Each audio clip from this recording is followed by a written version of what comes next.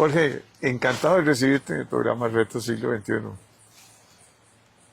Muchos retos tenemos pendientes. Uf, sí, ¿verdad? Yo lo que hago, hay que priorizar, hay que fijar una estrategia, hay que hacer cambios importantes. Para eso se necesita un acuerdo nacional, ya no es de un partido, ¿no? Tiene que ser de gente que aporte cosas importantes, ¿verdad? El Estado de la Nación da mucha información, ya lleva 30 y pico de años, pero yo no sé lo que está pasando. La realidad triste es que vamos descendiendo en todos los campos. Ayer estaba conversando con un gran amigo y me hablaba que el emprendimiento, o sea, las pymes, vienen en descenso también. Todo viene en descenso. Y todo el mundo dice que no, que está muy bien. Eso es pura vida nuestra, que no es así pura vida. Pero hablemos de un tema que nos apasiona a los dos, que es el tema de la educación. Es el tema central porque esa es la materia prima, ese es el que transforma un país. Ese es el que yo sé que los puertos, yo sé que las carreteras, el medio ambiente, todo, pero la educación es el eje central de la transformación de un país. Y lo han hecho otros países a base de un gran acuerdo nacional con los grandes actores. Y yo te contaba que yo vivo en Aguasima, en la Juele, ni siquiera conozco la escuela o colegio y no me participo en nada porque ya no hay integración digamos, de los vecinos, de lo más importante, porque los muchachos que salen de esas escuelas y colegios y son nuestros vecinos. Y si ellos no salen adelante en la educación, porque es prácticamente el 50% o menos del 50% que salen, que se matriculan en la escuela, terminan como profesionales, y muchos profesionales no son tampoco de la calidad que se requiere en un mercado tan competido como el que estamos viviendo.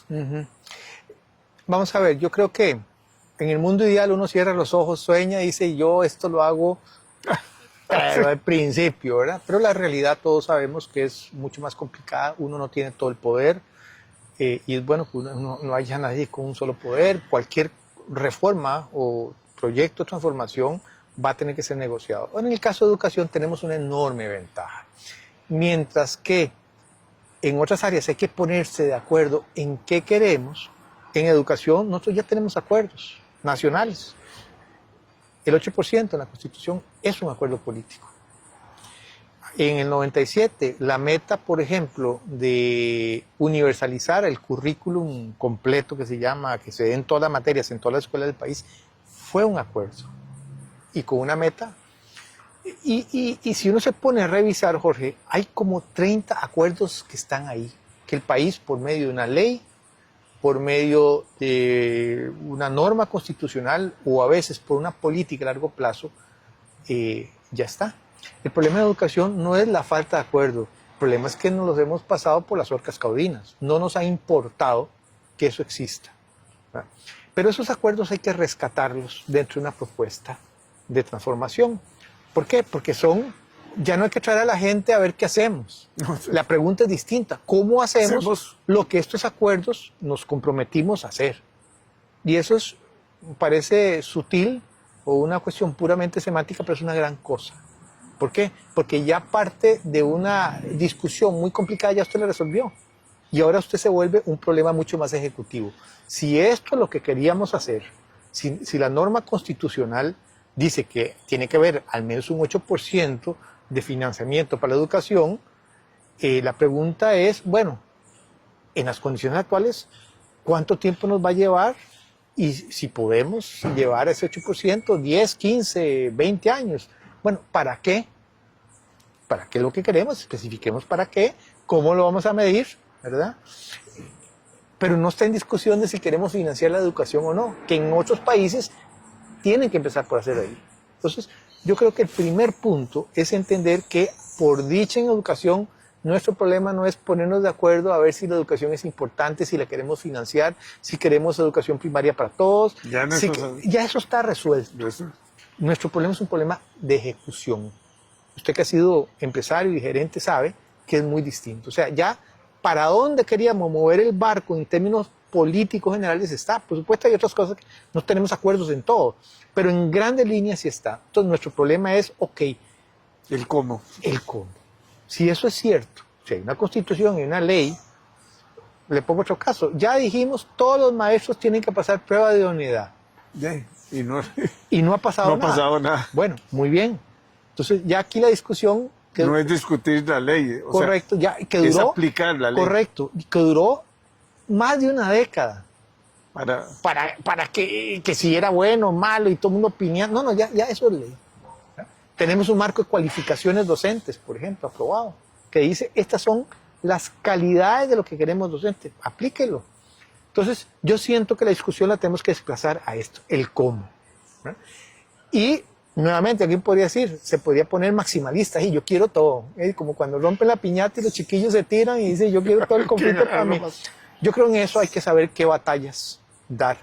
¿Y dónde? Y a dónde para ir ganando la guerra. Uno puede ganar una batalla y perder la guerra, como dice el aforismo. Entonces, yo siento que si tenemos este marco general, que Costa Rica ya se ha dotado, que costó décadas hacer, enormes pleitos, pero ya está ahí, imperfecto, no cubre todas las áreas, pero cubre lo suficiente para empezar a sacar la carreta del lodazal. Entonces, decir, ¿por dónde empezamos? ¿Qué son las 3 o 4 cosas que yo en los próximos años voy a hacer para ir cambiando el rumbo. Ir creando un proceso de rápida mejora? Y cuando digo 3, 4 cosas, no son pequeñitas cositas, como dicen los gringos, low hanging fruit. No son cosas fáciles de hacer. No, estoy diciendo que uno no puede dispersar los recursos y la atención que uno tiene tratando de hacer 25 cosas a la vez, porque el que mucho aprieta, poco abarca. Entonces la pregunta es, ¿dónde esas 3 o 4 cosas son lo suficientemente importantes que nos permitiría cambiar nuestro rumbo? Y yo creo que ahí, Jorge, es donde va la discusión. Si usted me pregunta a mí cuáles pudieran ser candidatas a estos temas muy urgentes que habría que hacer, yo le pondría los siguientes, ¿verdad? No en un orden particular, porque alguien podría decir mi tope es acá, pero digamos como un poco un insumo para una discusión. La primera, indudablemente, aquí tenemos un problema de rectoría, muy importante. En teoría hay un Consejo Superior de Educación que es el ente rector que le tiene que decir al Ministerio de Educación Pública cuáles son las políticas de largo plazo. Mire, el Consejo Superior de Educación es un chiste. Es un chiste. Es un chiste. En realidad es un órgano subordinado del ministro al que supuestamente debería ordenarle para dónde debe tirar la carreta. Y que cambia continuamente, porque si los ministros cambian a veces Correcto. a 2 años. Y fíjese que hoy incluso subordinados del ministro son miembros del Consejo Superior. ¿Cómo va a haber un ente rector así? O sea, que rectorea. ¿Verdad? Entonces, si usted golpea ahí la cabeza, es decir, no, vamos a crear un ente rector que sea realmente rector. Y que esté más o menos blindado. Correcto. ¿Verdad? Porque los cambios políticos, entonces, sustituyen todos y correcto. O sea, ahí el Consejo Superior de Educación tiene que llegar las mejores personas. Y las mejores cabezas y pensar de largo plazo. Correcto. Y capaces de decirle al ministro, no. Usted no va por ahí, usted va por allá. Por aquí. Pero eso significa, por ejemplo, fortalecer incluso técnicamente al Consejo Superior de Educación. Jorge, hoy en día lo que tiene es una secretaria que lleva las actas. O sea, ¿cómo un rector rectorea así? No tiene ninguna capacidad técnica. Ni análisis. No puede hacer nada. Entonces yo siento que ahí es un golpe que uno puede decir. No es que eso le va a resolver la educación, pero le va a crear las bases de un ente que tenga la capacidad de pensar en el largo plazo de educación y de exigir al Ministerio de Educación Pública, Por aquí va. va por acá y la inercia suya no me va. O las ocurrencias del ministro, perdone, pero esa ocurrencia no calza con lo que queremos. Y esta es la ruta. Es que, Correcto. ¿cómo es posible que Y yo creo que resolviendo este tema, digamos, de la rectoría del Ministerio de Educación, de la educación en Costa Rica, vendrían un par de añadidos. Por ejemplo, hoy eso nos va a permitir resolver el problema de la macroevaluación, que la evaluación educativa, que es fundamental, Jorge, que es para saber si las personas aprenden o no aprenden, en qué están aprendiendo y a dónde y no. no pueden ser los mismos del ministerio haciéndose una autoevaluación. Que eso es lo que está pasando hoy en día. Sí, claro. Los que evalúan las políticas, el resultado de las políticas del ministro somos sus subordinados. Eso es como tener el auditor interno Metido por debajo que tiene que evaluar al director. gerente. Exacto, el director o gerente. Eso no ocurre en ninguna empresa, ¿verdad? Entonces, yo siento que si uno fortalece al Consejo Superior de Educación, uno de los candidatos naturales es decirle, bueno, y va a tener una agencia de evaluación que alimente al Consejo Superior. Puede resolver, podría pensarse ahí todo el tema. Cierta autonomía. No, con cierta autonomía Y con soporte. y con soporte y todo. Hay que crear a ciertas áreas de investigación que sean propias del Consejo, que no le cuenten, ¿no? Que el ministerio no es el que llega a decirle, vea, es que yo hice Hagamos una curva. Correcto. Entonces, yo siento que la primera, digamos, esta batalla de decir, hay un rector, ya lo tenemos, pero tomémoslo en serio. Eso es una primera batalla. Ese Consejo Superior de Educación tiene desde el 40 y pico, ¿ah? Correcto, y fue concebido como el ente rector, no como el subordinado del ministro. correcto o la caja de resonancia del ministro, donde el ministro lleva su idea para que le digan que sí. No. Creo que eso es un punto estructural muy fuerte que hay que hacer, es como cuando uno golpea en la mesa. Y segundo, yo diría, una segunda batalla es el tema docente. Vean, nosotros hemos hecho estudios de observación de aula, cómo se da clases, ¿verdad? No como dicen que se da clases, sino cómo se da clase. Empezamos a ver que, por ejemplo, en general, el 60, o sea, del tiempo asignado, el tiempo de juego efectivo, como dirían en fútbol, no son 90 minutos. ¿Ah? O sea, no son una clase de una hora, usualmente sea el 60% de esa clase. ¿Por qué? Porque por interrupciones, porque lo que sea. O sea, vamos base 60. Eso anualizado significa que se pierden 2 meses al año en otra cosa, en el tiempo que deberían estar de clases. Pero en el tiempo que se da clases, no se aplica el currículum. Hay un currículum de matemáticas, por ejemplo, que es de los mejores currículums que puede haber, pero en las aulas no se enseña. Y el ministerio no tiene capacidad de entender y ver que no se está enseñando el currículum que él mismo ha aprobado. Entonces, aquí el tema docente sería una segunda batalla, y eso se llama, mucho es de asegurar la idoneidad en la contratación, para lo cual el tema es aplicar una ley, pero sobre todo también Evaluación. el tema de evaluación, que no es punitiva, sino acompañarlo a él para que dé mejores clases, aprovechando ahora que en algunas escuelas y colegios se está disminuyendo por el tema demográfico, pero además darle una buena oferta de educación, de formación profesional continua, ¿verdad? ¿Por qué? Porque salió de la universidad y nunca más volvió a saber cómo se va evolucionando. Y algunas universidades también que son de patito, ¿ah? Correcto. Digo yo. Y por ejemplo, ya tenemos ahí, en parte de la idoneidad, es que el ministerio tiene un instrumento muy poderoso ahí. Si usted no cumple, una universidad no cumple con estos estándares, yo no le contrato, punto. Sí. No le contrato a nadie. Pero No, pero digo, esos son los ese es el pleitos. juego, uno tiene que ser aquí la materia prima que entra y tiene que tener la calidad que se requiere. Correcto. Entonces, primero, rectoría. Segundo, el tema de la calidad docente, porque esos son los que hacen la enorme diferencia.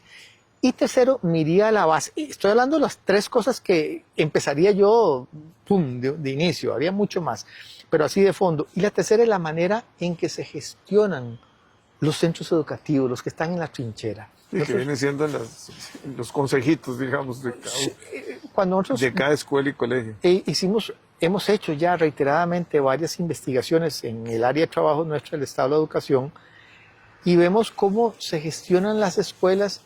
Mire, la mayoría son islas que están, usted contaba lo de la Guásima, no tienen relación con la comunidad, no tienen apoyo docente. Las mejores escuelas es en donde la comunidad correcto, se involucra. Y el director crea una comunidad académica De primera, pero tiene autoridad. Correcto. Es que el problema es cuando no tenés autoridad también. Un director que está llenando papeles para mandarle ahí a contestar al ministerio a la cabeza, no es eso. Él tiene que estar en la parte docente. Correcto. Y hay experiencias bien interesantes, hay modelos aquí en Costa Rica. Por supuesto, uno va a Estonia, va a Finlandia, uno encuentra modelos que aprender, pero aquí, incluso en Costa Rica, podemos aprender. De los exitosos. De los exitosos, donde hay maestros, directores de centros escolares, y no los centros escolares en el mejor lugar, a veces en los peores, en donde han hecho esa gestión de redes locales. Yo creo que eso hay que potenciar, hay que apoyar y aprovechar que hay muchos centros, nosotros tenemos más de 5,000 centros en Costa Rica, y crear redes para resolver problemas. Si tenés un buen profesor de matemática, el mejor, en un circuito X, que ese profesor de matemática agarre a todos los profesores de matemáticas y les lleve a su nivel. O sea, hay en ese tercer punto. Ahora, por supuesto, el gran elefante blanco en la sala es qué hacer con el MEP. ¿Verdad? El MEP central. El MEP central son 30,000. Son miles de empleados. Básicamente la estructura es un ministro, 3 viceministros, 16 direcciones con su subdirector, 64 departamentos con sus jefes de departamentos. En general son 8 niveles de mando. Y usted que ha estado en empresas, imagínese lo que es tener 8. Antes de llegar al director, porque además de la estructura de MEP central, están los circuitos que tienen cada uno un jefe regional, con un asesor regional. Entonces, sí, es una maraña. Correcto. Y uno dice, pucha, ¿cómo entrar ahí? Eso, por ejemplo, es una batalla que uno no se la come el primer día, porque si usted entra ahí, no sale. Pero sí se puede hacer una cosa muy importante. Y es que todos estos departamentitos, para justificarles, todo el mundo pide información para abajo. Entonces los maestros y los directores están inundados de formularios. 2.500. ¿Ah? De 2.500 directrices. Imagínense. Entonces, una cosa que yo sí haría, y es un tema de ingeniería industrial, es decir, un momentito, vamos a ordenar el flujo de información que va de arriba para abajo y de abajo para arriba. Va a simplificar. Se va a acabar de que cada pequeño zar o cada pequeño príncipe va a mandar su formulario 1X. Perdonen, ahora con sistemas de inteligencia artificial, con sistemas de manejo de información, vamos a ordenar el flujo de información de requerimiento de MEP central hacia abajo. ¿Por qué? Porque los maestros y directores se quejan de que o dan clases o llenan papeles, ¿verdad? ¿Y eso es por qué? Porque hay un montón de departamentos que tienen que justificar. Entonces yo diría, me encantaría decir MEP central, lo vamos pero eso no va a ser posible. Pero sí es empezar como al toro a meterlo en el corral y decirle, bueno, muy bien, mientras vemos cómo, si son 64 departamentos o son 30 o son 16 direcciones, vamos haciendo los cambios poco vamos a a ordenar el tema del flujo de información, porque aquí lo que tenemos que es simplificar el papeleo. Entonces usted me dice, habría muchas cosas, pero 4 cosas que en síntesis permitirían golpear la mesa: rectoría, el tema docente, el tema de la gestión local y el tema del ordenamiento de todo el flujo y requerimientos de información como primer paso de la reforma institucional que hay que hacer con el MEP. Que me encantaría que fuera mucho más fuerte, pero puchis, como primer paso es difícil. Por supuesto, además de eso, hay cosas que uno puede hacer en áreas específicas. Por ejemplo, nosotros tenemos una buena educación técnica, pero la tenemos estancada. Entonces, uno le podría poner a la meta que hay un buen departamento de educación técnica en el MEP. Mira, expandime esto, ¿qué necesitas? En los últimos años 10 años hemos creado solo 2 nuevos colegios técnicos, Jorge. 2 nuevos colegios técnicos. Veníamos en una progresión y la paramos. Bueno, entonces puedes tener políticas sectoriales en inglés. Si tenemos la Alianza para el Bilingüismo y todo, y tenemos muy buenos instrumentos desarrollados por las universidades, bueno, mejoremos en inglés. O, por ejemplo, si las universidades ya funcionan exitosamente con los colegios científicos, implicándose involucrándose en el proceso. En el proceso de la educación general y diversificada, ¿y cómo ampliamos este modelo? ¿Por qué? Porque ahí es donde uno puede convocar a las mismas universidades diciendo, vea, usted está llegando un material humano que... Dicen, va a tener que gastar un montón de plata para nivelar un correcto, poco. Nivélelo de abajo. Nivélelo abajo. Entonces usted puede tener, aparte de estos grandes 3 o 4 golpes que yo dije generales, usted puede tener grupos de, o sea, áreas de trabajo específicas. Pero las universidades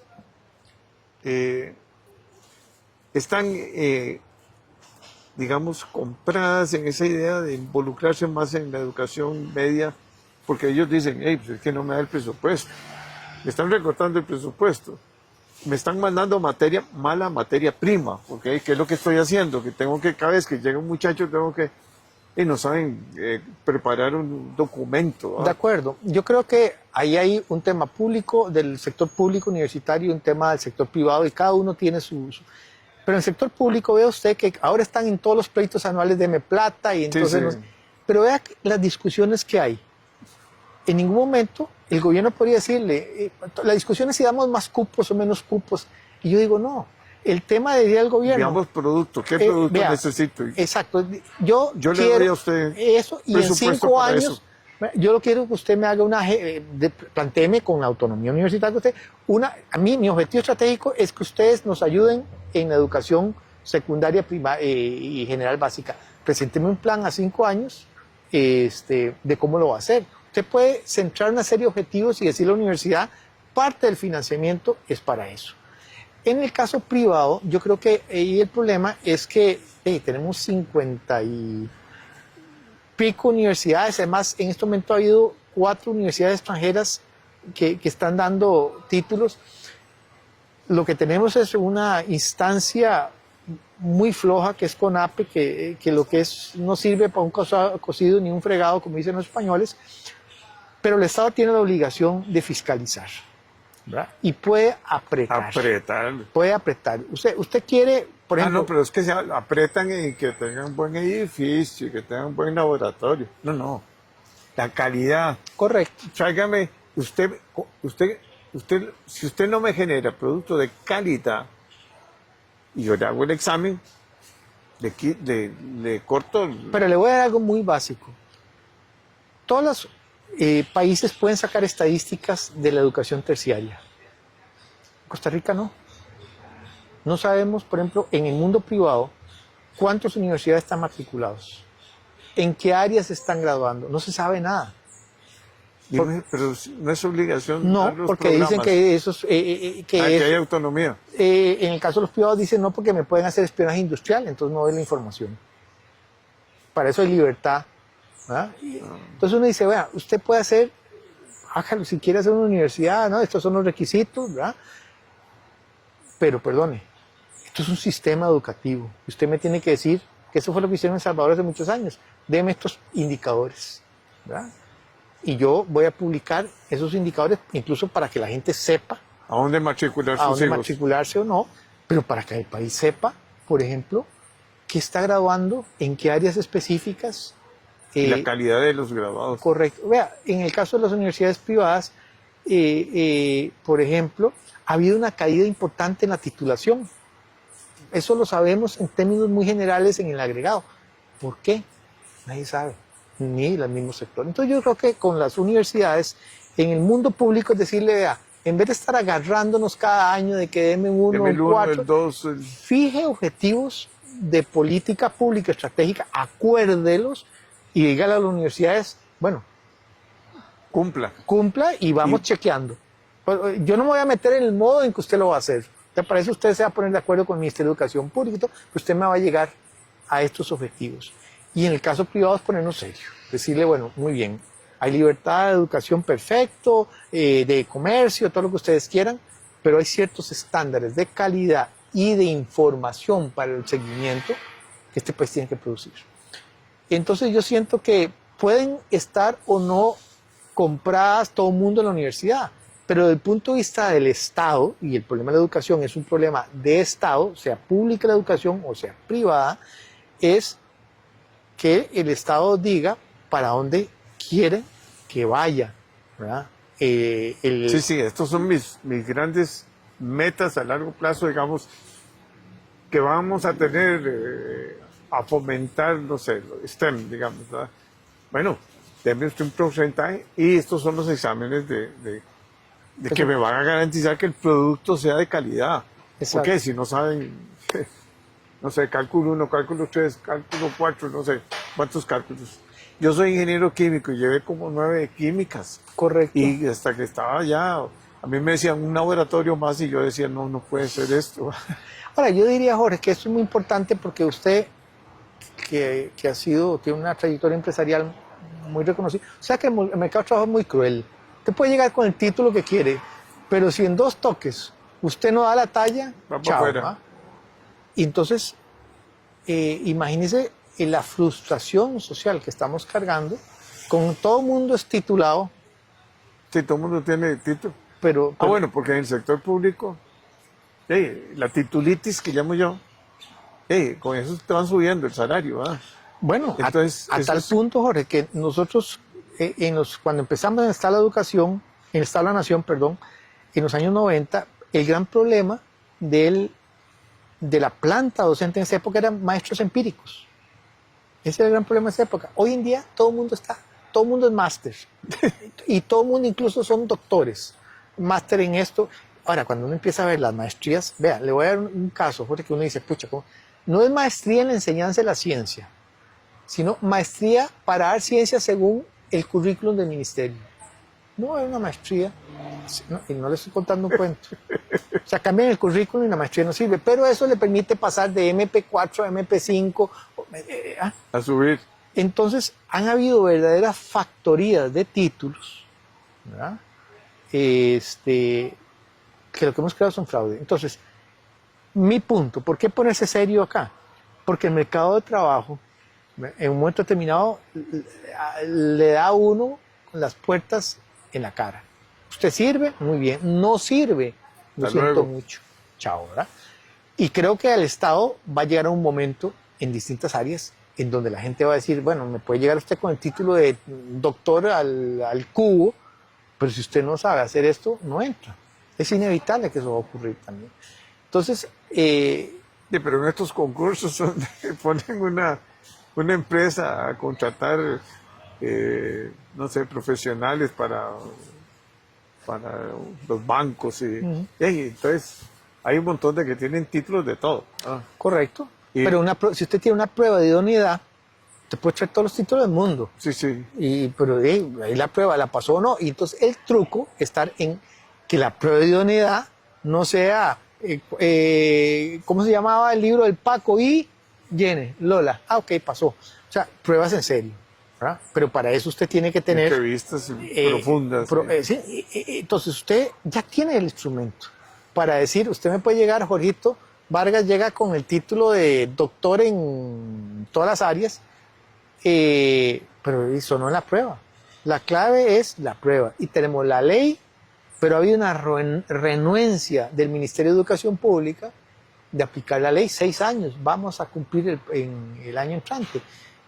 Entonces, Sí, pero es que a los sindicatos no les gusta que les hagan pruebas, ¿verdad? Lógicamente. no le gusta y además hay toda una política ahí de no, mejor... mejor pasémosla. no meneemos el como son pan. tantos votos, ¿verdad? Correcto. Ese es el otro problema político, ¿verdad? Son tantos votos y que mejor no nos metamos con los Pero varios. ya tenemos el instrumento, la idoneidad. Entonces, ¿quieren seguir?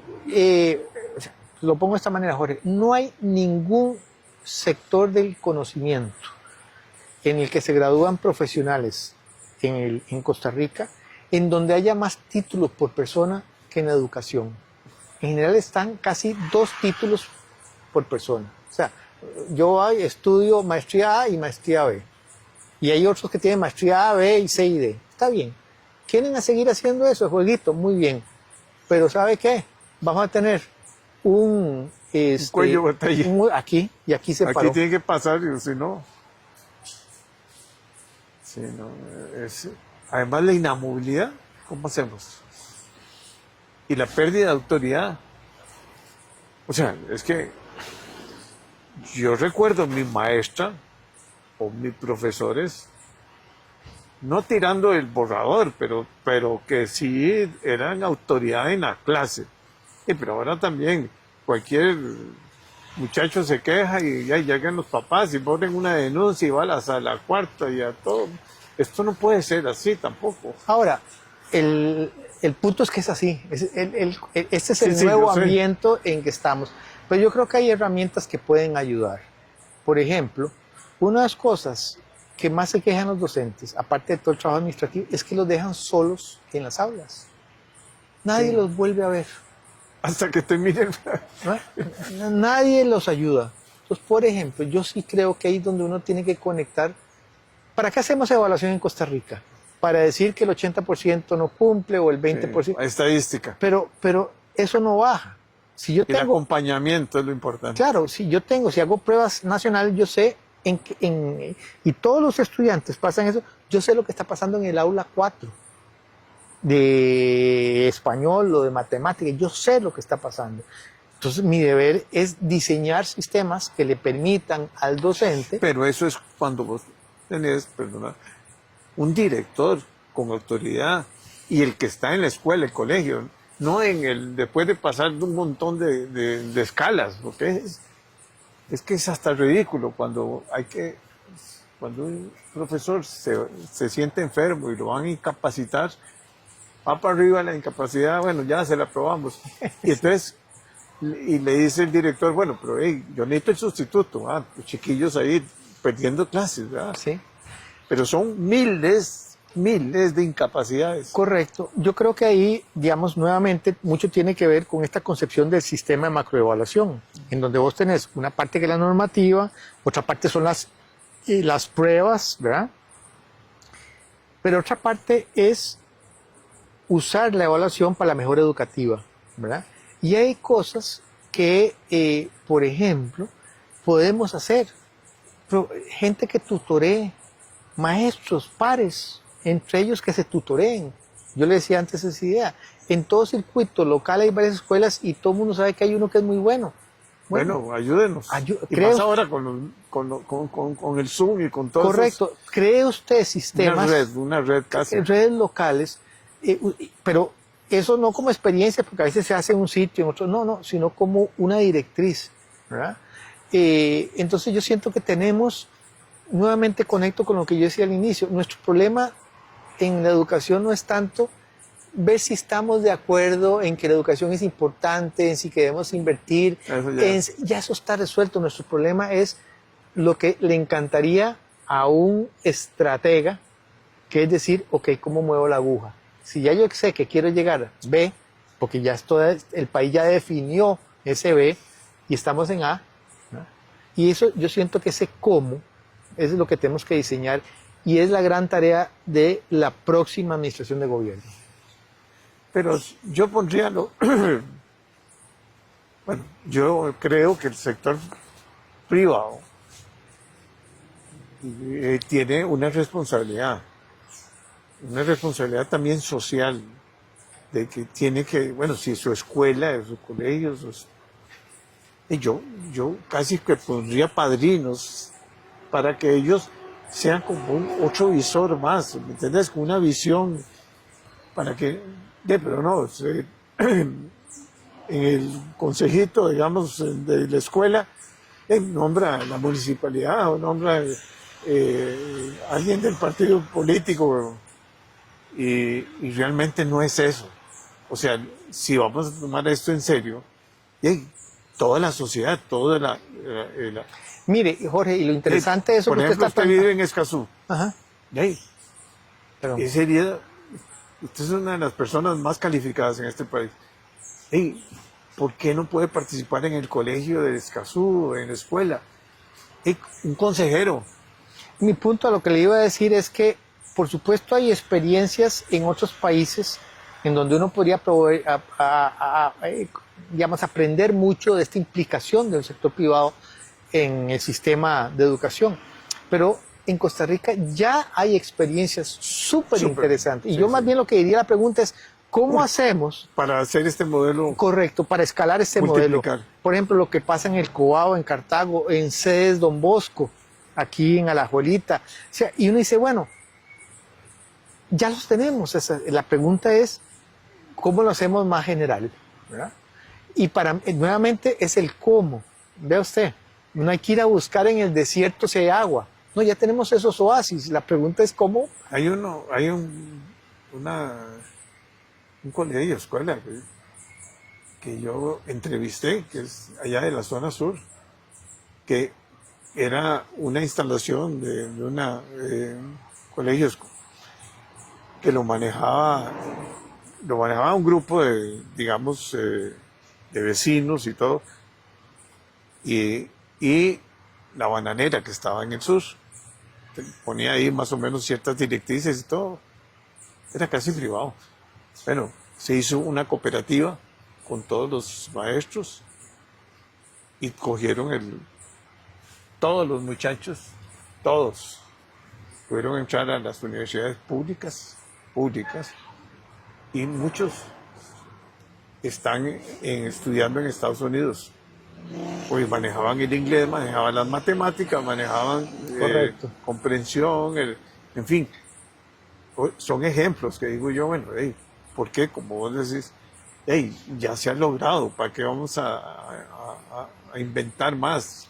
Yo creo que sí, incluso en el sur hay un colegio bien interesante que recuerdo hace unos años. Nosotros en la plataforma que se llama IPATI en línea tenemos como mapeado las capacidades del país para hacer ciencia, tecnología e innovación. Y una cosa que nos llamó, de repente cuando estábamos mapeando los laboratorios de prototipado, aceleradoras, incubadoras, nos apareció un colegio por Golfito. Y dice, no, esto seguramente es un error. ¿Qué está haciendo un colegio? Interesante. Los tipos tenían, el director se le ocurrió que como los chicos estaban en la mañana y en la tarde había creado efectivamente un laboratorio donde la gente podía llegar a prototipar ideas y todo. Y efectivamente lo tenían. Entonces yo siento que parte de lo interesante de lo que nos queda en los próximos años para ir cambiando la ruta, aparte de estos golpes importantes y algunas áreas de trabajo que uno escoja, es aprender de las buenas prácticas que nosotros ya tenemos aquí. Además de las que tenemos que aprender del mundo, pero aquí tenemos muy buenas prácticas. Y son como islitas, ¿verdad? Pero hay que coger esas. Eso es lo que hay. Sí, eso es lo que hay. Y Arquímedes decía, dame una palanca y mover el mundo, ¿verdad? Bueno, esa es la palanca. Tu cambio lo empezás a diseñar a partir de tus fortalezas. Las debilidades ya las sabes. Pero tus fortalezas, ¿cuáles son? Bueno, que tenés acuerdos nacionales, no tenés que ir a discutirlos, que tenés prácticas muy interesantes de distinto tipo que tenés que escalar y que además tenés muy claro dónde tenés que golpear primero. Bueno, Jorge, yo creo que vamos a tener que hablar más. Porque esa es mi pasión. Ahora te regalo un libro de lo que escribí.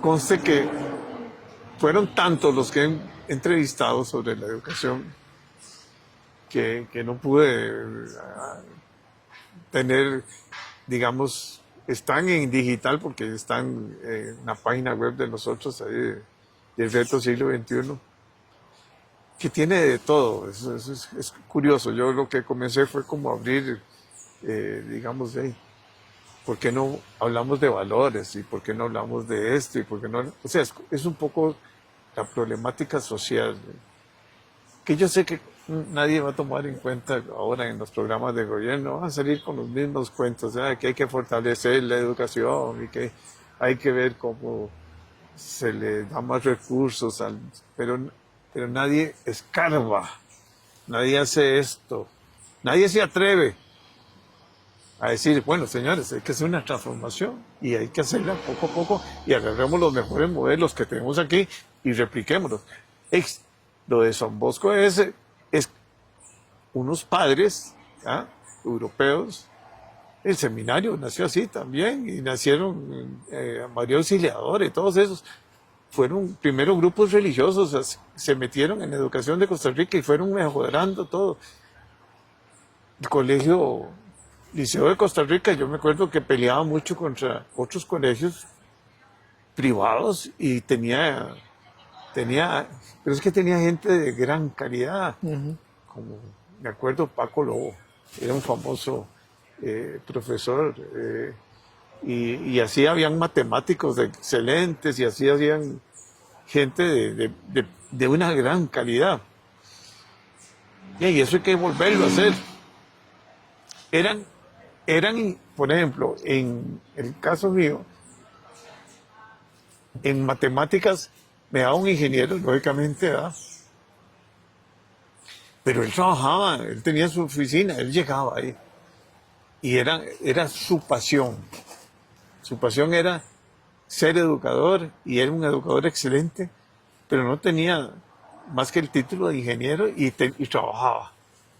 Pero se pueden hacer cualquier cantidad de mezclas y no entrar uno en, no, es que si no trae el título, si no pasó por el filtro del MEP, no vale, ¿verdad? Pero, en fin, hay que ser muy creativo, hay que innovar, hay que cambiar esta rigidez que tenemos nosotros de esa estructura que es como una pirámide terrible, ¿verdad? ¿Cómo no? Bueno. No, muchas gracias por la invitación, Jorge. De veras, ha sido un placer esta conversación. Gracias.